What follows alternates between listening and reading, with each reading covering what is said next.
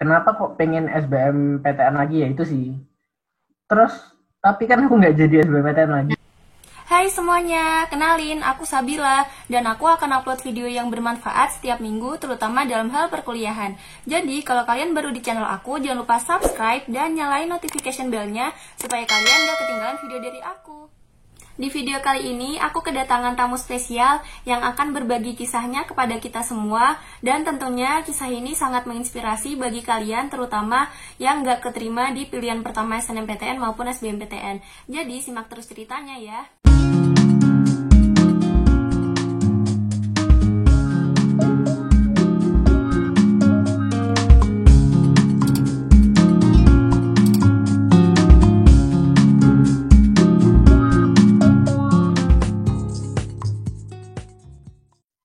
Halo Bi, apa kabar? Hai hai. Apa kabar? Ya baik. Alhamdulillah. Alhamdulillah. Ayo kenalan dulu dong. Oh iya, kenalan. Ya, jadi kenalin teman-teman, nama saya Hasbi Akbar. Saya sekarang mahasiswa Teknik Mesin ITS angkatan 2017. Terus dulu SMA-nya di Man 3 Malang. Ya jadi Sekarang ganti nama jadi Man 2 Kota Malang. ya dulu kan jadi aku sama Hasbi tuh satu sekolah pas SMA-nya ya Bi. Oh ya panggilannya Hasbi ya. Nggak usah. Nah terus kamu kan sekarang di Teknik Mesin ITS kan? Dulu kamu tuh Ya, ya. masuknya lewat jalur apa di Teknik Mesin ITS? Saya lewat jalur SBMPTN. Oke, nah terus kenapa pas SBMPTN itu milihnya Teknik Mesin ITS? Oh ya, jadi karena iseng sih. Iseng. Saya saya tuh dulu terlalu percaya diri kalau bakalan masuk ITB. Jadi pilihan 1-2 saya ITB, FTMD sama FTSL. Terus pilihan tiganya cari yang masih tercover sama passing grade saya, tapi nggak terlalu rendah-rendah banget gitu. Milih yang teknik mesin ITS. Jadi iseng dulu kayak Hmm, Gonda Bandi gitu ya. iseng. Kan ya, aku keterima di situ ya udah. Syukuri aja. Nah, emang teknik mesin tuh belajar apa sih sebenarnya? Kamu udah ada pikiran belum pas mau milih teknik mesin tuh? Belajarnya apa? Terus Oh, ternyata ekspektasinya jadi gimana? dulu pikiranku tuh, oh teknik mesin ini belajar soal, kalau SMA apa ya? Vektor, vektor gitulah SMA. Tapi dan ternyata bener emang belajar soal itu. Jadi, tapi ada banyak sih cabang. Kayak misalkan ya kuliah, ya namanya kuliah ya. Jadi namanya kuliah tuh satu bab jadi satu matkul. Kalau di SMA dulu fisika itu kan banyak babnya, Oh iya. termodinamika itu jadi satu matkul gitu kan. Hmm. Jadi secara garis besar itu membahas energi dan struktur. Jadi energi itu bisa termodinamika, terus mekanika fluida, perpindahan panas dan lain sebagainya. Terus abis itu untuk struktur ini dia bahas mekanika kekuatan material, terus statika, abis itu metalurgi, metalurgi itu materialnya gitu kan. Itu nanti jadi satu gitu. Ketika udah semester-semester akhir itu jadi satu. Itu sih. Terus kan aku kayak pernah denger ada yang namanya teknik material kan. Itu bedanya apa sih sama teknik mesin? Kayaknya mirip. Ya beda ya? Jadi lebih ke arah materialnya. Jadi material itu kan ada sifat-sifatnya gitu kan, ada sifat-sifatnya. Terus kalau kita beri perlakuan materialnya seperti apa, eh garis besarnya aja. Garis besarnya itu kalau material mereka fokus di bagaimana cara mengolah material. Jadi bagaimana mendapatkan material terbaik yang kita inginkan untuk sebuah desain gitu lah. Katakan, tapi desainnya ini biasanya teknik mesin yang mendesain. Jadi Oh, katakanlah aku pengen alat apa nih, oh teknik mesin mendesain bentuknya kayak gimana dan lain sebagainya. jadi masih nyambung ya? Masih Meskipun nyambung, beda. saling berkaitan lah. Hmm. Oh iya, ini kan kita udah kuliah sekitar 3 tahun lah ya. Nah, kamu sendiri ngerasanya udah cocok nggak sama jurusanmu yang sekarang? ya dicocok-cocokin sih. Saya sih itu sebetulnya nggak seberapa suka otomotif. Oh iya. Tapi semenjak di sini saya ya berusaha apa ya, menjatuh cintakan diri. Nggak apa-apa sih. Aku juga masuk teknik telekomunikasi kan sebenarnya itu elektro. Dulu kan sebenarnya Hmm. sama orang tua aku nggak boleh masuk elektro. Terus ternyata Terus ya udah emang ya jodohnya di sini. emang jalannya. Mau gimana? Ya dijalanin aja, lama-lama juga suka kan. Iya benar. Benar benar. Nah, terus tadi kan kamu bilang pas SBMPTN pilihan 1-2-nya ITB kan. Hmm. Nah, itu dulu tuh seingatku kamu tuh pernah pengen ikut SBMPTN lagi di tahun 2018. Itu kenapa? Hmm. Hmm, Kalau boleh tahu alasannya. jadi apa ya? Masuk ITB tuh impianku semenjak SD. Jadi Hmm. dulu tuh SD lihat apa gitu, pokoknya suka ITB. Cuma bodohnya aku tuh ya pengen sekedar pengen, tapi nggak benar-benar pengen apa ya namanya mengejar gitu loh. Maksudnya kalau misalkan pengen mengejar kan kayak oh ITB dicari tahu tuh cara masuknya harus kayak gimana, passing grade harus berapa, kalau SNMPTN harus kayak gimana dan lain sebagainya. Nah aku tuh nggak kayak gitu, aku cuma Oh sekedar iya. pengen ya pengen gitu aja. Hmm. Terus demand SNMPTN bahkan 75% terbaik aku nggak masuk Oh iya toh. karena iya jadi 2 tahun itu aku tidak sekolah men. Apa ya tidak sekolah masuk kelas tapi tidak belajar ya Hmm. kayak gitulah. Jadi aku belajar 3 tahun pelajaran SMA kelas 12. Jadi semenjak liburan kelas 11 itu aku sudah mulai nyicil pelajaran SMA kelas 10 kelas 11 itu aku cicil. Jadi pas sudah masuk sudah masuk kelas 12 ya aku fokus pelajaran kelas 12 sama sedikit-sedikit ngerjain soal UN tuh. Nah kenapa kok pengen SBMPTN lagi ya itu sih. Terus tapi kan aku nggak jadi SBMPTN Nah lagi. iya. Nah jadi di ITS itu uh, gimana ya ya namanya impianmu semenjak SD kan ya, terus Hmm. nggak keterima itu kayak nyesek gitu kan nyesek. Hmm. Nah di ITS tuh aku apa ya menggunakan energi negatif itu untuk meraih sesuatu yang lain gitu lah istilahnya. Hmm. Nah ini kalau kita berfilosofi hukum pertama termodinamika kan Duh. energi itu kekal, tidak bisa dimusnahkan, tapi cuma bisa diubah gitu. Nah energi negatifnya itu istilahnya kayak aku pengen balas dendam nih, aku pengen menyalurkan ke sebuah hal yang nggak bisa aku dapatkan ketika aku masuk di ITB, Hmm. hanya bisa aku dapatkan ketika aku masuk di ITS gitu. Nah aku pas itu ke lihat-lihat ada tim robotika ITS. Hmm. Dan itu pun aku nemunya iseng gitu. Oh kamu masuk iseng Iya lagi? lihat, iya makanya kan lihat HP gitu. Terus enggak sih. Sebelum ke tim robotika, jadi tahun pertama itu aku belajar aplikasi namanya Autodesk Inventor. Nah, itu jadi nilai plusku sih, nilai plusku sih itu. Aku belajar aplikasi namanya Autodesk Inventor itu buat desain. Nah, terus kan daftar ke tim robotika ITS, Hmm. daftar seleksi berkas, keterima, terus interview, keterima gitu kan, terus interview keterima, terus magang. Jadi di ITS tuh kita magang magang tuh belajar aplikasinya. Jadi aplikasi ketika di ITS itu tuh namanya SolidWorks. Oh iya Tapi ya, pernah dengar.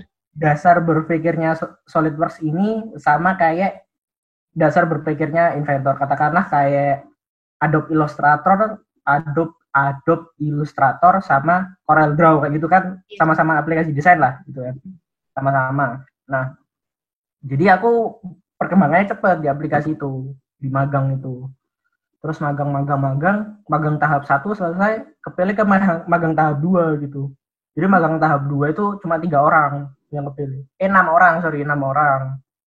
6 orang, tapi dari divisi yang aku pilih itu cuma 2 orang magang tahap 2. Setelah itu magang tahap 2 terima cuma 1 orang. Jadi dari sekian banyak peserta itu yang masuk tim robotik cuma 1 orang satu Waduh, divisi hebat itu. hebat. Nah, keadaannya kan aku sudah diterima nih. Cuma ada 2 orang di divisi itu. Jadi di divisi itu, jadi timnya kecil. Timnya cuma berapa jumlahnya dulu ya? 9 orang satu tim. Nah, cuma ada 2 orang divisinya, namanya divisi mekanik kan. Kerjanya itu kita desain robot. Nah, cuma ada 2 orang yang aku kan pas itu tahun pertama S1, jadi masih ada 3 tahun, masih 4 tahun kan di ITS hitungannya.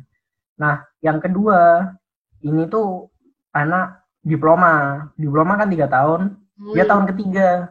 Jadi otomatis ketika aku ikut SBMPTN 2018, kalau misalkan aku keterima ITB, ini nggak ada orangnya. Jadi kan yang 2015 gitu, dia kan udah tahun ketiga, otomatis kan pasti lulus.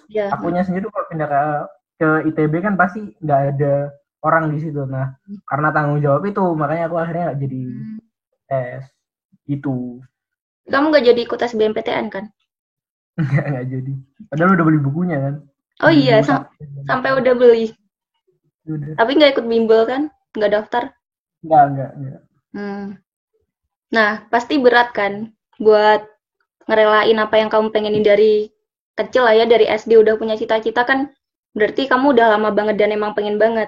Nah, gimana caranya biar kamu tuh bisa sampai ikhlas terus bisa ngejalanin apa yang udah kamu jalanin sekarang gitu? Jadi ketika kita tidak mendapatkan sesuatu itu kan kayak kita tuh cari hikmahnya gitu tuh. Oh, kenapa sih kita nggak dapet ini, kita nggak dapet ini gitu. Nah, kita dapat apa ya istilahnya, kalau stand up itu kita dapat punchline-nya itu, kita dapat klimaksnya itu, titik tolak baliknya itu ketika kita menemukan sesuatu yang ternyata tidak bisa kita temukan ketika kita mendapatkan sesuatu yang kita impikan tadi. Iya. Tahu nggak sih maksudnya? Iya. Jadi kan kita impikan sesuatu, kita nggak dapat, kita dapat yang lain nih. Nah, kita menemukan sesuatu yang dari yang lain ini yang tidak bisa kita ketemukan kalau kita dapat sesuatu yang awal. Yeah. Nah, untuk mencari itu tadi aku mencoba mengubah energi negatif itu mencoba menyalurkan ke yang lain lah, misalnya ke kegiatan. Jadi nggak berusaha aku ilangin kesedihannya gitu, justru malah aku manfaatin gitu.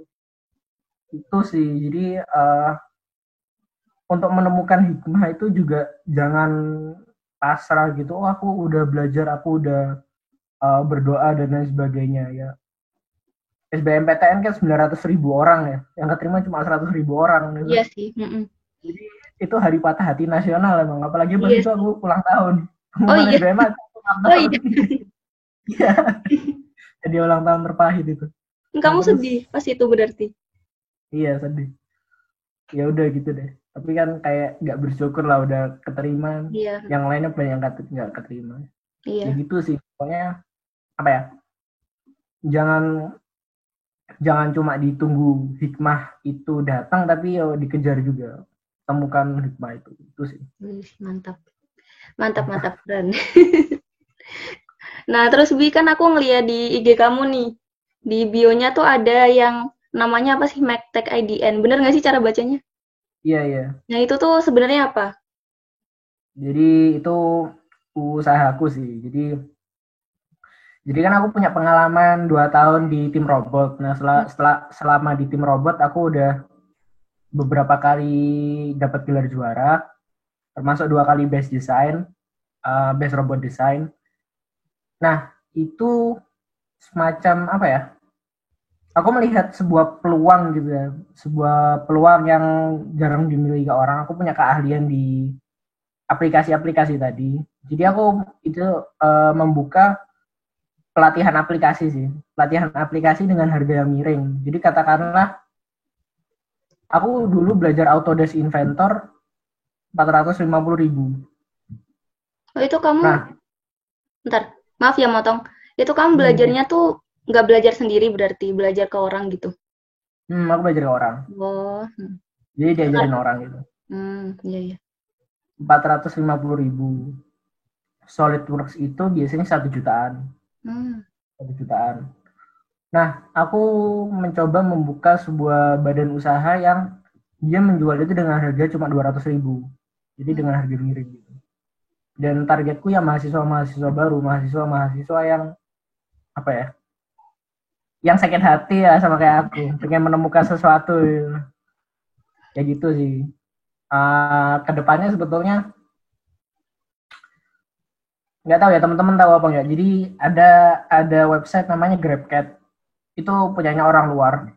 Websitenya intinya soal tentang, jadi kita punya aplikasi desain nih. Misalkan aku mau bikin mouse komputer gitu kan, mouse komputer udah aku bikin, aku upload di website itu gitu.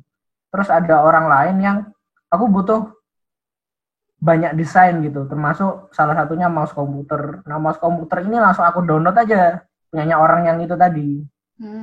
Itu aplikasi namanya aplikasi website namanya GrabCat gitu kan. Nah, aku pengen membuat website tandingan gitu. Oh, Dan website Indonesia pertama yang bergerak di situ. wih Tapi nanti keren. websitenya banyak perkembangannya lah. Maksudnya ada forumnya, terus ada perlombaan desain dan lain sebagainya. Wih keren. Semoga jadi beneran bi dan sukses. Amin Beneran amin. banget sumpah. Soalnya aku kayak kalau aku sendiri yang lihatnya tuh jarang banget ada mahasiswa yang kepikiran buat bikin usaha kayak gitu. Soalnya paling mahasiswa kan usahanya ya jualan atau Makanan gitu ya, ya makanan terus warung ya kopi. gitu-gitu kan. Jarang banget ada yang kepikiran bikin pelatihan yang kayak Hmm. kamu gitu. Makanya kayak hebat banget sih. Salut. Oh, iya makasih makasih. Nah, terus itu kamu yang latih kamu juga atau kayak kerja sama sama orang? Jadi yang latih karena aku, jadi di ITS ini mungkin kalau di universitas lain kan apa ya istilahnya, yang bergengsi itu himpunan, BEM dan lain sebagainya kayak gitu kan. Nah, kalau di ITS ini tim ini termasuk salah satu yang bergengsi. Soalnya dia Hmm. eh, sering mewakili Indonesia gitu lah. Nah, aku karena anak tim, aku banyak banyak punya kenalan anak tim yang dia juga bisa aplikasi-aplikasi tersebut. Nah, aku Oh. gandeng mereka. Aku termasuk ngajar juga. Hmm. Salah satu aplikasi yang ada di MacTech gitu. Teman-teman kalau mau follow IG-nya monggo. Halo guys, nanti aku tulis. Iya Mumpung gitu. ya kapan lagi kan pelatihan lebih murah harganya daripada biasanya. Lumayan. Nah, terus kan kamu ikut robotik tuh berarti udah dari tingkat 1 ya? Iya, dari Mas, tingkat 1. udah selama sekitar 3 tahun tuh udah pernah menang apa aja yang pernah kamu ikutin? Jadi di robotik ini ada beberapa kategori gitu.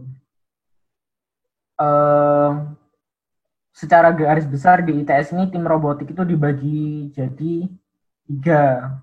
KRTI, kontes robot terbang Indonesia. Terus aku lupa nama satunya, pokoknya itu soal kapal gitu. Robot Indonesia atau enggak, itu Amerika sih, lupa aku. Pokoknya soal layaran gitulah. Jadi robot air. Oh Robot ya. air sama yang robot darat namanya KRI, Kontes Robot Indonesia. Nah, ini timnya ada sendiri-sendiri. Jadi yang robot terbang Indonesia namanya Bayu Caraka. Yang robot yang di air ini namanya Baru Nastra. Nah, yang KRI itu masih dibagi 5 Oh. cabangnya. Ini yang ngadain Kemenristek Dikti, tapi nggak tahu sekarang soalnya kan kampus sudah di ini kan, udah Jadi dibagi aja. berpindah tangan ke Kemendikbud kan sekarang. Aku nggak tahu, kayaknya dipegang Kemendikbud sekarang. Kalau zamanku dulu pas ikut aku dipegang Kemenristek Dikti namanya. Nah, dari 5 ini ada namanya kontes Abu Robocon. Terus ada namanya kontes robot tematik. Ini robot tematik ini baru tahun kemarin diluncurkan. Sebelumnya nggak ada. Terus ada kontes robot pemadam api, kontes robot seni tari, sama kontes robot sepak bola. Nah, yang sepak bola ini masih dibagi 2. Oh iya. Jadi yang sepak Banyak bola juga ya ini ada cabangnya. yang sepak bola robotnya pakai roda, jadi gede gitu. Hmm. Ada yang sepak bola robotnya humanoid, jadi berbentuk manusia robotnya. Oh iya. Nah, yang berbentuk manusia ini udah terkenal dari ITS namanya Ichiro. Itu sudah ke Prancis Oh iya, aku pernah kemana-mana. denger sih. Kalau yang robot beroda ini namanya Iris. Kalau yang Abu Robocon ini dia tiap tahun aturannya beda. Jadi pertama kali aku masuk dulu uh, tahun 2000, sorry, tahun 2017 kan aku masuk. Kalau nggak salah tahun 2016-nya atau tahun 2015-nya gitu mereka bikin robot bulu tangkis. Jadi robotnya bisa bulu tangkis. Terus pas aku masuk dulu itu apa ya? Aku nggak tahu namanya apa. Pokoknya mereka robotnya melakukan permainan tradisional Vietnam kalau nggak salah. Jadi ngelempar bola tuh sampai ada. Kalau teman-teman pernah lihat Harry Potter, kan ada tiang gitu kan, terus ada lubang gini kan, terus bolanya dimasukin ke situ kan, gitu kan. Nah itu robotnya mirip kayak gitulah, tapi nggak terbang robotnya, gila di darat gitu. Nah habis gitu yang kedua ini permainan tradisionalnya Mongolia. Jadi dari Indonesia, dari Kemenristek Dikti sendiri, kalau misalkan juara satu itu pasti dikirim ke luar negeri gitu, ke perlombaan luar negeri. Nah, aku masuk di robot pemadam api Indonesia. Itu namanya Abinara 1. Aku nggak pernah juara 1. Kalau di kontes robot Indonesia nggak pernah juara 1. Pernahnya juara 2 sama juara 3 gitu. Dan itu lombanya setahun itu 2 kali. Jadi regional sama nasional. Kalau udah lolos regional ke nasional gitu. Jadi aku 4 kali lomba, 4 kali. Dari 4 kali lomba 3 kali juara umum, terus 2 kali best robot design. Wah.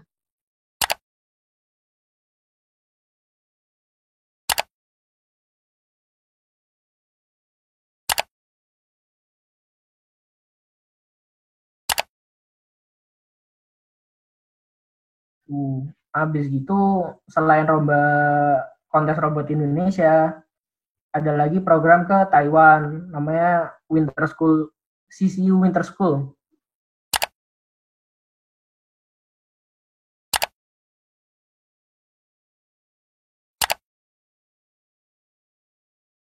Chungcheong University Winter School. Jadi itu temanya soal artificial intelligence. Jadi aku jadi perwakilan ITS ke sana buat membahas soal perkembangan revolusi industri 4.0 di dunia. Gitu. Sudah sejauh mana sih? Ya itu mereka pelatihan juga. Aku pelatihan robot juga di Taiwan gitu. Soal programming gitulah. Jadi aku dasarnya mesin tapi rodok nyeleweng lah aku. Gak apa-apa. Soalnya sekarang mah kayak AI itu diperluin banget kan, di mana-mana lagi kejar-kejarnya dikembangin. Jadi Bener-bener. emang ya. Terus itu kan 2 tahun ya. Di tahun ketiga aku udah nggak tim robot lagi sih. Oh Soalnya iya. aku udah diangkat jadi wakil ketua. Jadi aku nggak apa ya. Udah meninggalkan dunia perlombaan. Soalnya udah mengurus administrasi di bagian Oh. atas gitu. Jadi bukan di timnya tapi jadi pengurusnya gitu. Tapi tetap di situ. Jadi pengurusnya gitu. Nah ini pesan aja buat teman-teman. Jadi kalau misalkan apa ya sedih gitu nggak keterima SBMPTN itu bukan akhir dunia, yaitu apa ya balas dendamo gitu. Temukan sesuatu untuk balas dendam. Balas dendamnya sesuatu yang positif, jangan yang negatif. Gitu. Nah terus kan tadi kamu kan ikut robotik, terus kayak ngembangin yang medtech itu. Terus kamu sendiri gimana cara ngebagi waktu antara belajar materi kuliah sama hal-hal yang lain itu? Sebenarnya gini, kuliah ini kan tujuan akhirnya kan IT kan. Tujuan akhirnya Iya, IT. betul. Setuju Nah, sih. kamu mau mengarahkan IP-mu itu kemana gitu? Kalau misalkan untuk beasiswa kan ada minimal IPK. Terus untuk kerja ada minimal IPK, untuk magang ada minimal IPK. Biasanya kalau magang IPK-nya anak teknik tuh minimal 2,75, 2,8, 2,75 gitu. Kalau kerja biasanya 3. Kalau misalkan beasiswa biasanya 3,2 dan lain sebagainya.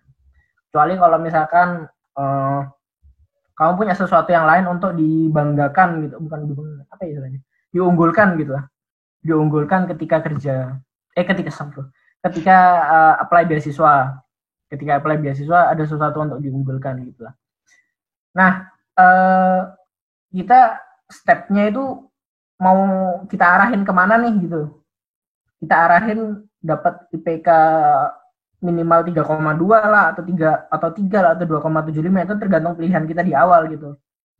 IPK-nya disusun IPK minimal. Kenapa? Karena IPK itu yang membuatmu dipanggil untuk wawancara kan, soalnya first requirement gitu kan. Tapi setelah wawancara kamu akan membutuhkan skill-skill yang lain gitu.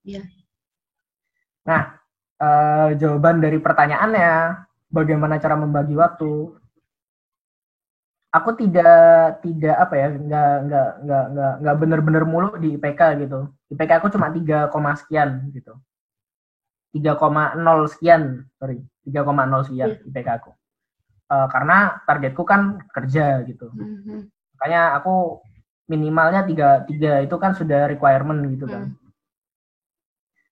Terus gimana cara membagi waktunya?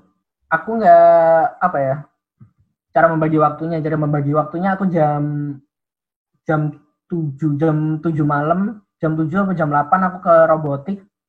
Biasanya ngerjain robot sampai jam 2 pagi. Kadang nginap, kadang pulang ke rumah. Tapi kalau nginap aku pakai baju, aku bawa baju ganti, terus buku dan lain sebagainya. Aku mandi di gedung robot sana di ITS. Kalau misalkan aku pulang ya udah aku kelasnya jam 7. Kelas jam 7. Habis kelas ya kalau sempat tidur ngerjain tugas dan lain sebagainya, malamnya ngerobot lagi. Jadi aku kelas siang, malam robot gitu. Dulu bagi waktuku kayak gitu. Tidur berapa jam sehari? Oh. Enggak tidur ya? 4 jam paling, 4 jam 5 jam. Oh iya. Ya standar ya, kalau misalkan pesannya buat adik-adik ke teman-teman aja, adik-adik merasa tua lah ya. Teman-teman jadi di kuliah tuh kalian bisa sangat sibuk dan bisa sangat nganggur. Tergantung kalian mau jadi orang seperti apa gitu. Karena sangat banyak pilihan kegiatan di kuliah gitu. Nggak kayak SMA kan kita diarahin, oh harus ke sini, harus ke sini. Di kuliah tuh sangat banyak pilihan kegiatan. Biasanya orang sibuk yang baru lah istilahnya. Orang sibuk yang baru tuh dia awal-awal semuanya dilahap, semuanya diikutin gitu. Dan nanti antara satu kesibukan dengan kesibukan yang lain jadi nggak maksimal gitu. Jadi kamu bisa dinilai orang nggak amanah gitu. Jadi menurut hematku lebih baik fokus di 1-2 kesibukan gitu sampai batas waktunya selesai. Setelah itu baru kamu ambil kesibukan yang lain gitu. Jadi kalau pengen CV-mu itu banyak kegiatan gitu ya, itu jangan dilaksanakan pada satu waktu bersamaan gitu. Tapi carilah tenggat waktu yang beda-beda gitu, biar CV-nya banyak. Itulah. Jadi habis satu kegiatan ke kegiatan yang lain itu harus ada timeline-nya. Itu sih. Oke. Nah, terakhir nih, Bi. Apa pesan buat orang yang kuliahnya tuh nggak dapat di pilihan pertamanya, atau mereka mungkin yang ngerasa salah jurusan, atau buat maba yang misalkan nanti pas pengumuman SBMPTN atau SNMPTN kemarin tuh nggak keterima di pilihan pertamanya? Pesannya, hidup itu kan life is a matter of choice ya. Jadi kalau misalkan kalian emang strict pengen mengejar impian kalian ya nggak ada salahnya. Kalau misalkan mau gap year, kalau misalkan mau mengejar impian lagi ya terserah. Tapi kalau apapun yang kalian lakukan, pastikan yang kalian lakukan itu berdampak positif untuk diri kalian sendiri. Maksudnya satuannya gimana? Satuannya adalah ketika kalian nanti melihat diri kalian di masa depan, pastikan diri kalian di masa depan itu berterima kasih karena diri kalian yang sekarang itu sudah melakukan apa yang kalian lakukan saat itu. Gitu. Jadi kalau misalkan kalian nggak apa ya namanya nggak keterima di pilihan pertama terus bersedih, mutung kuliah dan lain sebagainya, kan kayak gitu diri kalian di masa depan yang akan susah gitu. Mungkin diri kalian yang sekarang, wah aku nggak HP-an sebulan gitu misalkan ya, nggak HP-an sebulan, aku ya mutung lah istilahnya, mutung dan lain sebagainya, akhirnya kena DO dan lain sebagainya, kan kasihan orang tua juga gitu sih. Jadi intinya pastikan yang kalian lakukan itu positif, apapun jalannya gitu sih. Oke, makasih Hasbi udah ikut bergabung di YouTubeku. Semoga video ini menginspirasi teman-teman yang ada di rumah dan bisa dijadikan pelajaran untuk jadi lebih baik ke depannya. Amin. Terima kasih sudah menonton video ini sampai habis. Semoga video ini bermanfaat dan menginspirasi bagi kalian yang nonton. Jangan lupa klik like, subscribe, dan share. Dan sampai jumpa di next video. Bye-bye.